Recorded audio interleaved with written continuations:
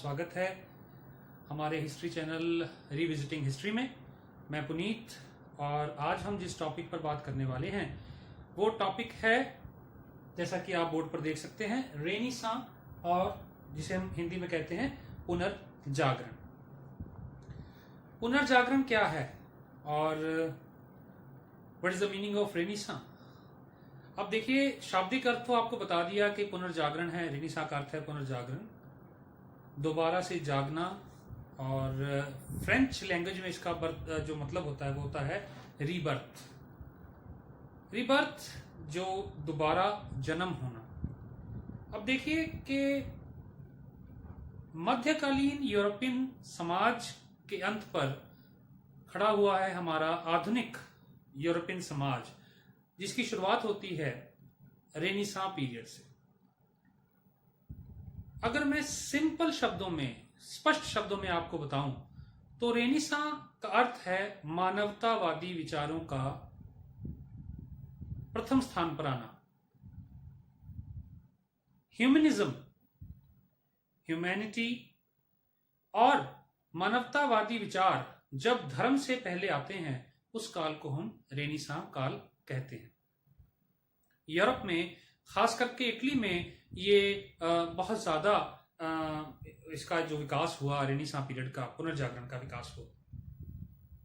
और इटली से शुरुआत होते होते यूरोप के डिफरेंट जो है कंट्रीज में ये पहुंचा, यूरोप महाद्वीप के, और रेनेसां पीरियड एक मिसाल बन गया हमारे लिए। अगर हम भारत की बात करें तो भारत में अभी भी मुझे लगता है, इन माय ओपिनियन, कि अभी भी जो है रेनेसां कंप्लीटली हम फॉलो नहीं कर पाए हैं, या पुनर्जागरण हमारा नहीं हो पाया है,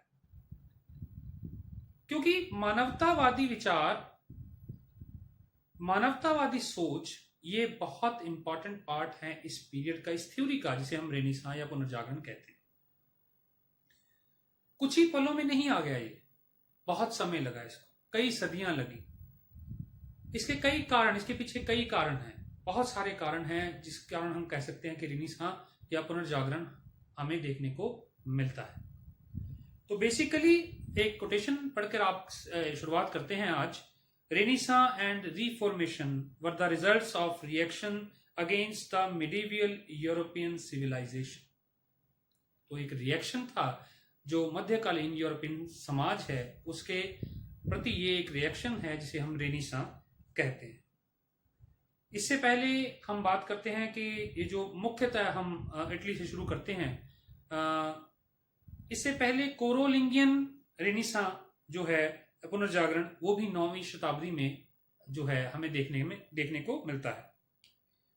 12th सेंचुरी में भी हमें इसी तरह की एक बयार आती दिखती है, जिसमें वो कहते हैं कि मानव पहले, धर्म बाद में, human first, religion secondary part है। तो इस रेनेसां पीरियड में क्या हुआ, अब देखिए इसके क्या कारण हैं, वो एक बहुत विस्तृत, उसमें उसकी चर्चा जो हम बाद में करेंगे। आज इस वीडियो बनाने का मुख्य मकसद ये है कि आज हम कुछ पिक्चर्स के माध्यम से, कुछ जो है देखकर उन पिक्चर्स को हम ये बताएंगे कि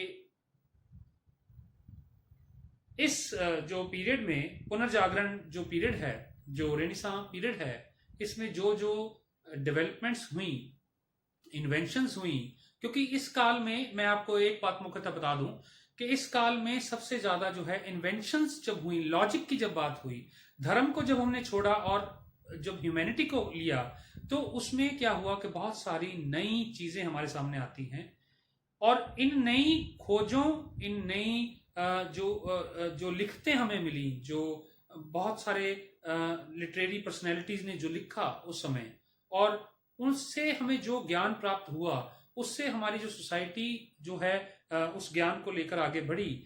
तो उस काल को हम उनकी इन्वेंशंस, उनकी जो है लिखतों के नाम जब हम करते हैं। तो स्टूडेंट्स, हम आज जो बात करेंगे वो पिक्चर्स के थ्रू करेंगे।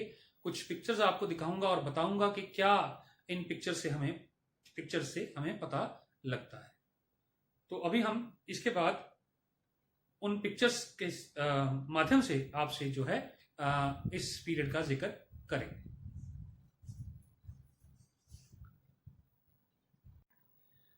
अब जो पिक्चर आप स्क्रीन पर देख रहे हैं ये दांते अलेग्री है। इसके बारे में बताने से पहले मैं आपको ये बता दूं, क्योंकि रेनेसां पीरियड के दौरान, समय के दौरान, काल के दौरान बहुत सारी जो है लिटरेचर में और साइंस में, शिल्प कला, पेंटिंग्स, म्यूजिक में बहुत सारी तरक्की जो है, प्रगति जो है हमें देखने को मिली। तो उसमें से बहुत सारे कुछ ऐसे चुनिंदा विद्वान थे जिन्होंने अपना कंट्रीब्यूशन इस पीरियड के दौरान जो है वो बहुत अत्यधिक, जिसे हम कह सकते हैं, वो डाला। सो इन 1453 1453 में कॉन्स्टेंटिनोपल पर तुर्कों का कब्जा हो गया। और तुर्कों के कब्जा होने के बाद जो सेंटर था, जिसे हम कहते हैं जो चर्च, ग्रीक ऑर्थोडॉक्स चर्च, जो कि कॉन्स्टेंटिनोपल जिसका सेंटर था, उससे वो सेंटर बदलकर कहां चला गया? रोमन कैथोलिक चर्च के पास, यानी रोम में वो शिफ्ट हो गए। और उसके बाद जब हम तीसरा आगे बात करेंगे तो वो रिफॉर्मेशन में, प्रोटेस्टेंट में कन्वर्ट हो जाता है।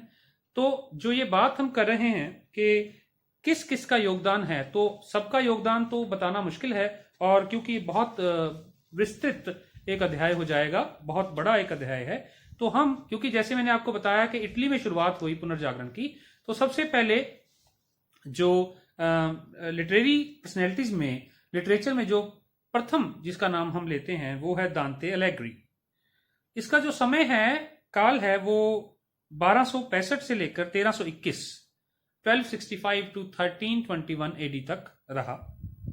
और इनकी जो बहुत, जैसे कि आप पिक्चर में देख पा रहे हैं, द डिवाइन कॉमेडी, इनकी जो प्रसिद्ध पुस्तक थी उसका नाम था डिवाइन कॉमेडी।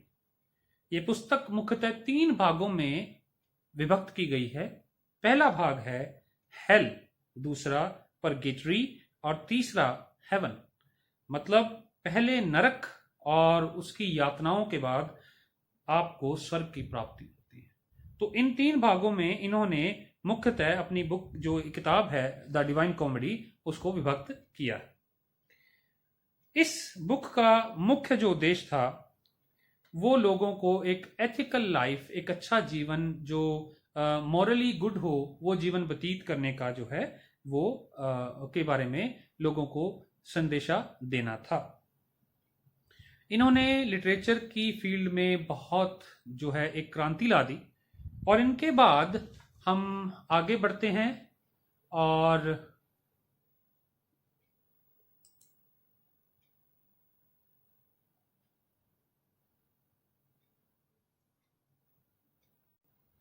दूसरा नाम जो हमारे सामने आता है बहुत महत्वपूर्ण, जैसा कि आप देख सक रहे हैं स्क्रीन के ऊपर, ये है फ्रांसिस्को पेट्रार्क। तो फ्रांसिस्को पेट्रार्क जो है, जिनका समय है, जो काल है, वो 1304 से 1374, 374 तक, 1374 तक है। उन्होंने बहुत सारी जो है पोइम्स लिखी इटालियन लैंग्वेज में, और बहुत सारे जो अपने जीवन के साल हैं वो बताए मिलान, वेनिस और रोम में। और अपने जो दृष्टिकोण की वजह से ये बहुत प्रसिद्ध हैं। He wrote an epic on Roman general.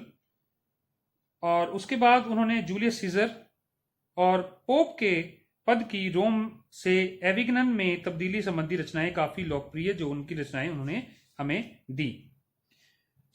उसके बाद हम ये जो बात करते हैं कि पोप इनसे बहुत इम्प्रेस थे, और इनकी जो साहित्यिक गतिविधियां हैं उसके लिए पोप ने इन्हें बहुत सारा धन भी जो है वो प्रदान किया। पेट्रार्क को मानवतावाद का पिता भी कहा जाता है। ये खासियत है, ये क्वेश्चन छोटा जो आपने नोट करना है, बहुत इंपॉर्टेंट है, वो है कि पेट्रार्क को मानवतावाद का पिता भी कहा जाता है।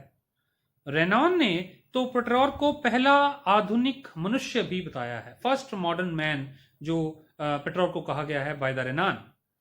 विल ड्यूरेंट ये कहते हैं कि ही was the father of the renaissance, पुनर्जागरण का पिता जो है वो फ्रांसिस्को पेट्रार्क को कहा जाता है। आगे बढ़ते हैं।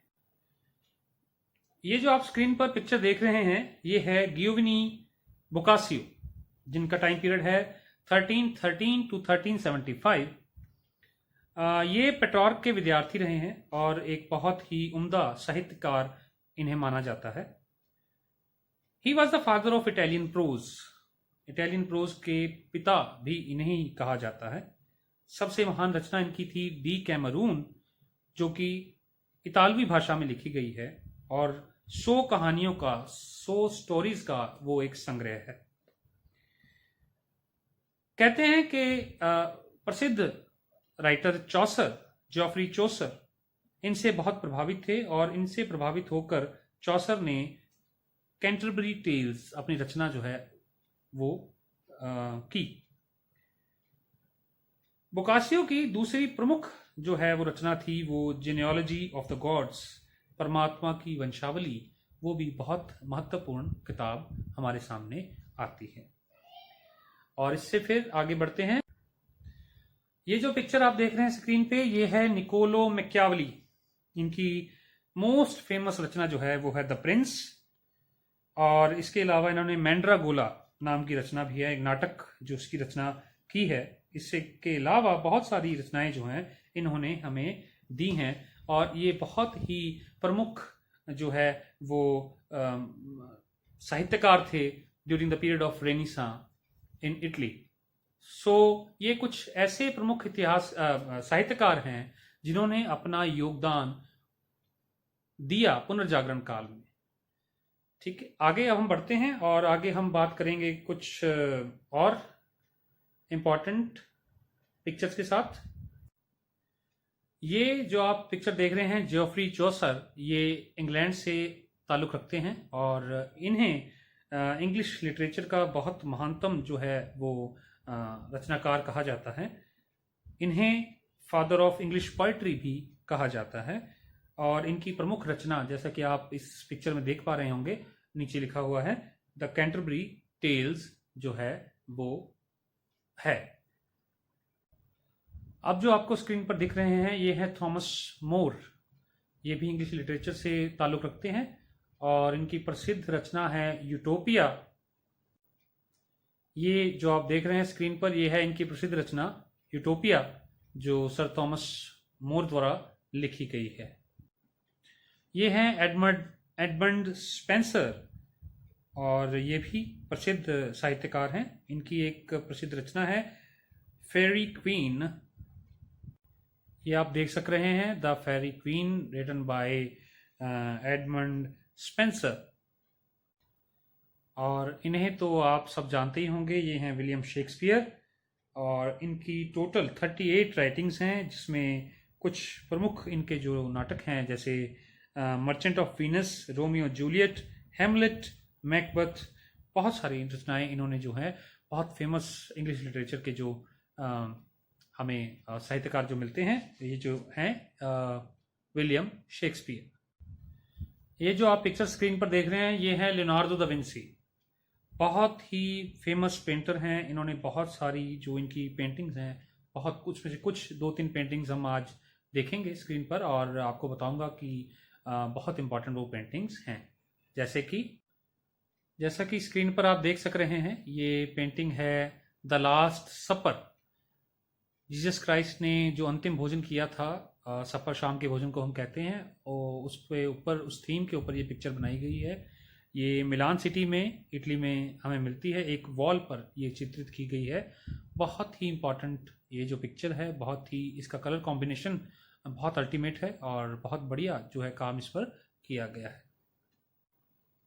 ये है मोनालिसा की पेंटिंग। ये भी लियोनार्डो दा विंसी द्वारा बनाई गई है और आप जैसे इस पेंटिंग को देख सक रहे हैं, इसमें एक स्त्री है जिसके मुख पर मिस्टीरियस स्माइल है, भेद भरी मुस्कान है और बहुत ही फेमस पेंटिंग है। इसका इतिहास बहुत कमाल का है। अगर आप सर्च करें इसके बारे में तो आपको बहुत कुछ जो है पता। ये इनकी तीसरी बड़ी मुख्य जो तस्वीर है, जो पिक्चर है, जिसे हम कहते हैं द वर्जिन ऑफ रॉक्स। ये पिक्चर भी आप देख पा रहे हैं। तो ये 3 इनकी बहुत ही महत्वपूर्ण पिक्चर्स हैं जो रेनेसां काल में बहुत फेमस हुई और आज भी जो बहुत चर्चा में रहती हैं। आगे बढ़ते हैं। ये है माइकल एंजेलो। बहुत ही फेमस पर्सनैलिटी हैं और सिस्टाइन चैपल के चर्च पर जो इन्होंने फ्रेस्कोज की हैं, भित्ति चित्र जिन्हें हम कहते हैं, बहुत महत्वपूर्ण इनके जो हैं फ्रेस्कोज वहाँ हैं। आइए उनके बारे में भी देखते हैं उनको भी एक बारी। अब जैसा कि आप स्क्रीन पर देख सक रहे हैं, ये सिस्टाइन चैपल के चर्च के फ्रेस्कोस जो कि हैं, भित्ति चित्र जो बनाए गए हैं उसके ऊपर, उनका एक दृश्य आपको दिखा रहे हैं। और इसके अलावा भी बहुत सारे चित्र हैं, आगे देखते हैं।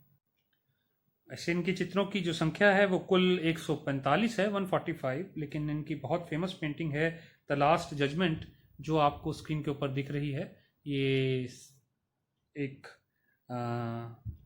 पेंटिंग है सीलिंग्स के ऊपर, जैसे हम कहते हैं, फ्रेस्कोस हैं, भित्ति चित्र हैं जो कि बनाए गए हैं।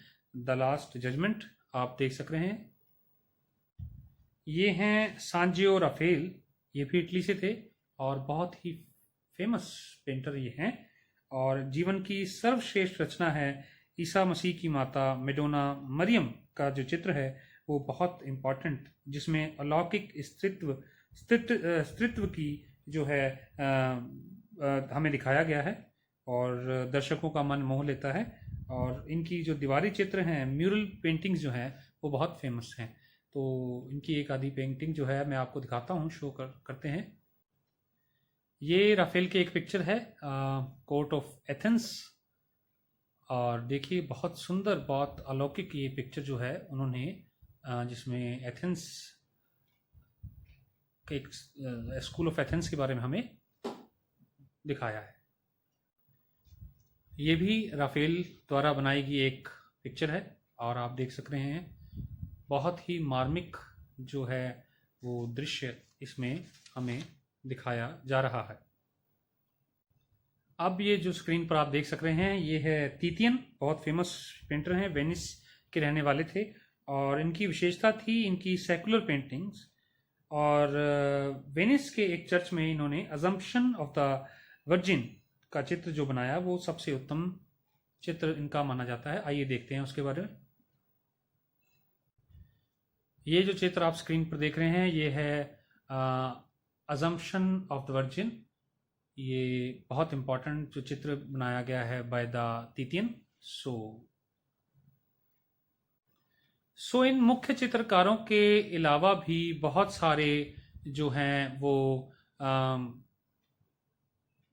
लिटरेरी पर्सनैलिटीज़ का योगदान है रेनेसां पीरियड में। बहुत ज़्यादा चित्रकार, कई वैज्ञानिक, कई साहित्यकार जिन्होंने अपना योगदान दिया इस पुनर्जागरण काल में।